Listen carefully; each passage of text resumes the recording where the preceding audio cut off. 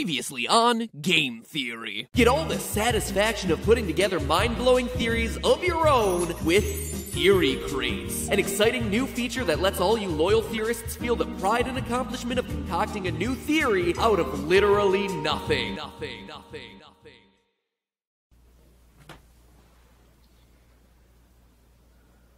I've made a severe and continuous lapse in my judgment. I'm simply here to apologize. I've heard your concerns about Theory Crates potentially offering theorists an unfair advantage when crafting fun, mind-blowing videos for YouTube, so I have decided to put the cameras down, be purchased anymore. I'd like to apologize to the internet.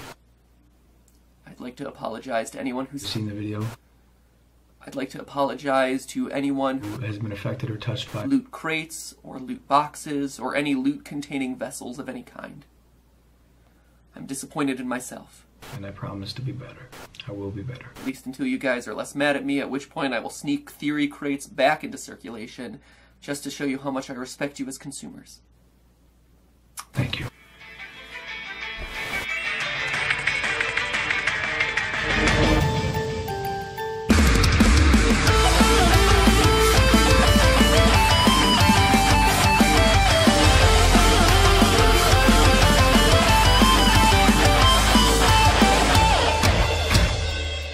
Internet, welcome to Game Theory, where earlier this week we started a deep exploration into the science of loot boxes. With all the drama they caused late in 2017, it seems important to get our facts straight. Are loot boxes truly evil, or are they just an obnoxious business practice?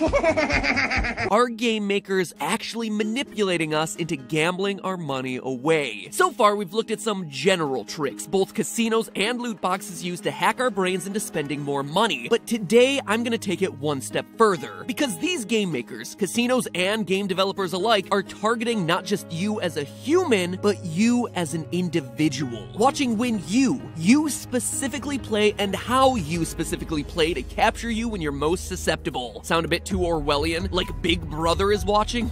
Well, as you'll see, it's not that far off. Are these practices wrong? Are they illegal? I'll leave that for you to judge. But what's happening is very real and targeted directly at you. So it's essential that you and all the rest of gamers be made aware of it. So let's step up to the table, roll the dice, and hope we don't crap out. When it comes to tracking individual player habits, the casino business has been doing it for decades. The Caesars Entertainment Corporation, formerly Harrah's Entertainment, introduced their Total Rewards card back in 1997, a membership card that allowed casino guests to earn extra perks by gambling. The program provides a nice incentive to keep players coming back for more. The more you spend, the more rewards you get for food, shopping, and alcohol at the casino. On the surface, it doesn't seem like that big of a deal, but that one card turned Harrah's into one of the most profitable casino chains in the world, allowing them to buy out the Las Vegas Strip's iconic Caesars Palace in 2005. Because here's the thing, giving you as a player extra benefits wasn't the goal of the card. Spoiler alert for life, guys, it's never the goal to give you extra benefits. No, the real secret behind the Total Rewards card was that it allowed the casino to track each player's behavior every time they visited, because it required players to swipe into each machine they went to, swipe out when they were ready to leave, and swipe into whatever machine they headed to next. The casino was able to start tracking individual players' movements and habits. With enough time, they were able to figure out what a person's favorite games were, right down to whether they prefer playing slots with the Wizard of Oz, Britney Spears, or Big Bang Theory. Even the exact amount of money they're willing to lose before they decide to call it quits. Knowing this, Caesars casinos were able to not only structure their casino layout to optimize for the games that tended to be played together, making sure that players were always within arm's length of their favorite slots, but more importantly, they were able to pinpoint exactly when a gambler was about to reach their breaking point, and then send over a lady in a sparkly bikini to offer him a free meal, a free drink, tickets to a show. By doing this, they made their guests play longer and leave feeling more positive about the time they spent at the casino. casino, even if they lost hundreds of dollars, which means that they were much more likely to return and, more importantly, spend more money. Also, the loyalty program added to the sense of sunk costs that we talked about last time. Well, I've dedicated all my time to this one casino. To start somewhere else would be to lose all those reward points I've accumulated. Might as well stay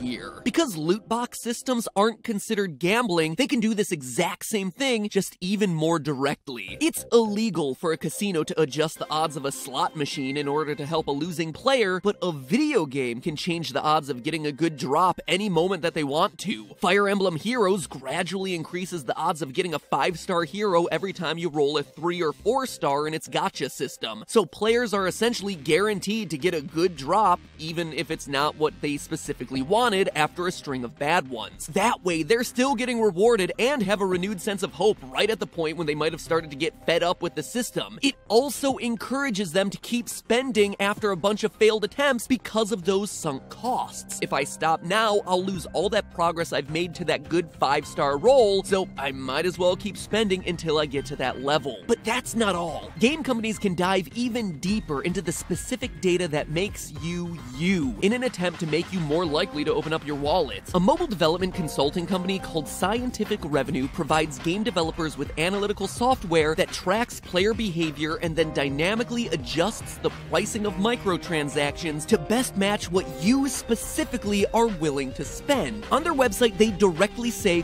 quote, "Different people respond to different prices at different times. So why offer the same prices to everyone? To maximize revenues, you need sophisticated user profiling and prices that are tailored to specific users." End quote. Their sole goal is turning players into payers. Or more specifically, as their site says, turning free users into paid ones and keeping more whales. I didn't realize that giant sea mammals could manipulate game devices with their fins, but hey, game on, my belugas! Game on. Well, it's certainly scary to see how the company's whole premise is using data to read our minds in an attempt to get us to spend money. You have to admit, the idea certainly makes sense in theory. Of course, people are willing to pay different amounts for something, and when the thing being sold is a digital item that costs the company practically nothing to make, you can choose whatever price people will pay. Never mind the ethics of people paying different amounts for the same exact item. Anyway, the long and short of it is that it works. Scientific Revenue boasts a 20 to 40% boost in in-app purchases for games that use its software. While researching for this episode, I stumbled across a fascinating video by Jim Sterling, who did an incredible expose on the company, so if you want to learn more, I've linked to it in the iCards at the top. Check it out. Jim is excellent at doing these sorts of things, so I highly recommend watching that. And Scientific Revenue is far from the only one in this business. Kotaku discovered a patent owned by Activision that uses player info to push gamers into buying microtransactions and loot boxes. Basically, what this tool is able to do is identify items that might interest you as a player and then match you against other players with more skill who own and use that item. That way, you're in a match, you see the item, you see how good the other players are with it, and you want to get it for yourself so you too can be as good as those other guys. In short, as games track more and more of your data, and as technology continues to understand gamer behavior better, games are being tuned more and more precisely to get you to spend money. And with a combination of player metrics and psychological sciences working against you, it's a lot to resist, even if you're not typically someone who spends money on games. So, all things told, across these 2 episodes, this is a partial list of everything that is stacked against you. Skinner box reward models, free trials that get you over your loss aversion and into a state of sunk costs, illusion of control, dynamic odds precisely tuned to your play habits, flexible pricing to hit you where you're willing to pay, and even matchmaking services to get you excited about new items. Oh boy, that's a lot. But we have to go back to the underlying question here. Is it gambling? Is it dangerous? As much as it might seem that this is a clear-cut case of companies squeezing us for every last dollar by exploiting our desire to get a rare item out of a random box, there is another side to this story. Like every issue, there's a lot of nuance to this subject. But as I think we all know, in a world where your thoughts need to be condensed to 280 characters, nuance is a hard sell. It doesn't get the retweets. But when you actually stop and look at loot crates, they've been around for over 100 years. That's right, meet the original loot boxes, baseball cards. Before there were Hearthstone cards or Magic cards or practically even Hallmark cards, there were baseball cards. Just like the loot boxes of today, cards started coming in packs shortly after World War II, offering a selection of all your favorite b-ball characters to collect and trade, and it was all Yankee Doodle Dandy and apple pie. But card makers quickly realized that they could get kids and their parents to buy more packs of cards cards if they set up special rewards or incentives in the packs. One of the most famous examples was the Gold Rush in 1992, the Gold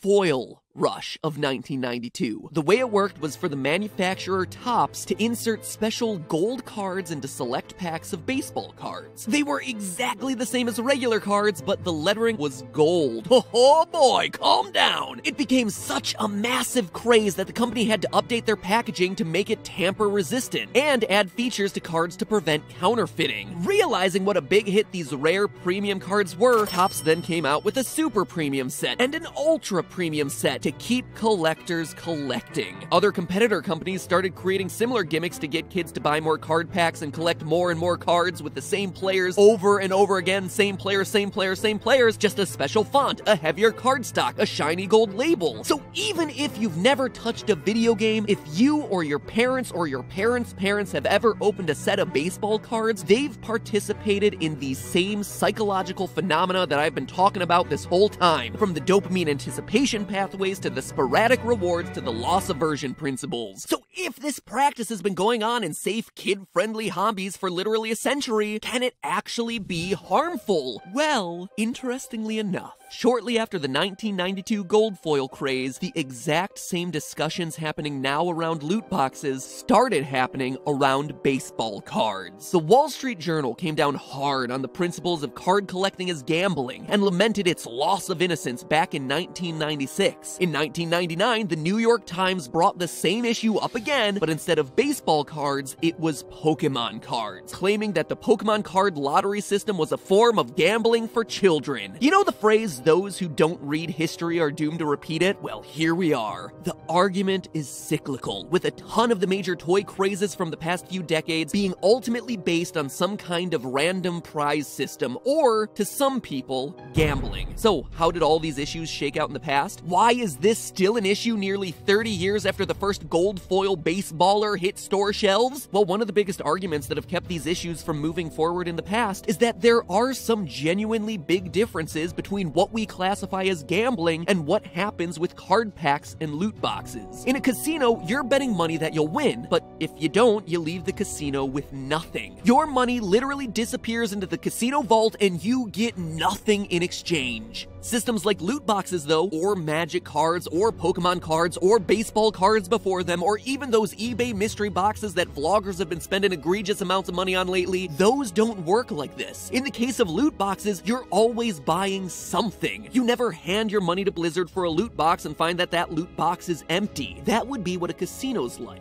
Maybe you get something, maybe you don't. But in this case, you always get something. You just don't know whether it's the something that you wanted. And where you might not want the skins or sprays in the box, for someone else, it might be exactly what they were looking for. There's no gaming company that's actually participating in a system where you give something and get nothing. So here's the deal. Would you rather have loot boxes that give you nothing and then have the government classify them as gambling and regulate them, or would you rather just keep them the way they are, unregulated? That seems to be the option that we're faced with here. Or if you do want to call loot boxes as they are today gambling and then regulate them, where does it stop? You'll also need to regulate magic cards and baseball cards and, by logical extension, bags of Skittles. And if you think that sounds stupid, why? Consider this. I buy a bag of Skittles and expect a certain number of red and purple ones because they're obviously the best flavors, but instead I always end up with like 70% yellow and orange. I lost the gamble. My loot bag of Skittles gave me a bunch of crap flavors, and I am outraged. Well, that seems like an extreme example. It's a slippery slope towards any product that involves random chance, and the lines only get blurrier the further you go. So there you have it. The scientific arguments against loot boxes and the philosophical rationale for them. Like I said, it's not an easy debate, but what's most important is that we as players stay aware of the psychology that goes into every game that we download or pick up off the shelf. Let 2018 be the year where we get smarter as players and educate other gamers on the tactics being used to separate us from our money. Knowing and understanding the systems in place to take advantage of our basic psychology helps you to avoid them and ensures that your in-game decisions are being made by you, not by a company manipulating you. But hey, that's just a theory. A game theory. Let 2018 begin.